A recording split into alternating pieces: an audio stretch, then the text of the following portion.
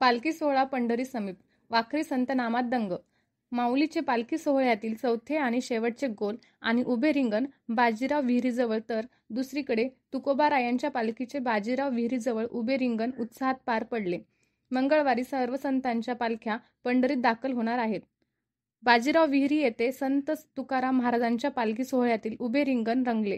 पंढरपूरपासून मोजक्याच अंतरावर असणाऱ्या तुकोबांच्या या रिंगण सोहळ्याकरता वारकऱ्यांनी मोठ्या संख्येने गर्दी केली होती.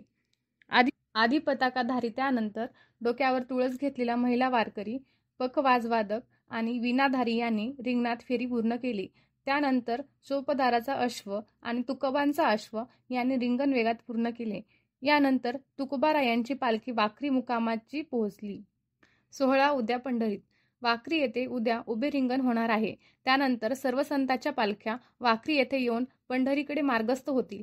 या दिवसाची वाट पाहत पायी निघालेले भाविक आज पंढरीत येणार आहेत.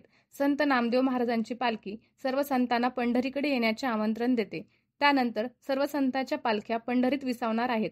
विठ्ठू माझी लेकुरवाळा संगे भक्तांचा मेळा या अभंगाप्रमाणे पंढरी भक्ती सागरात न्हाऊन निघणार आहे.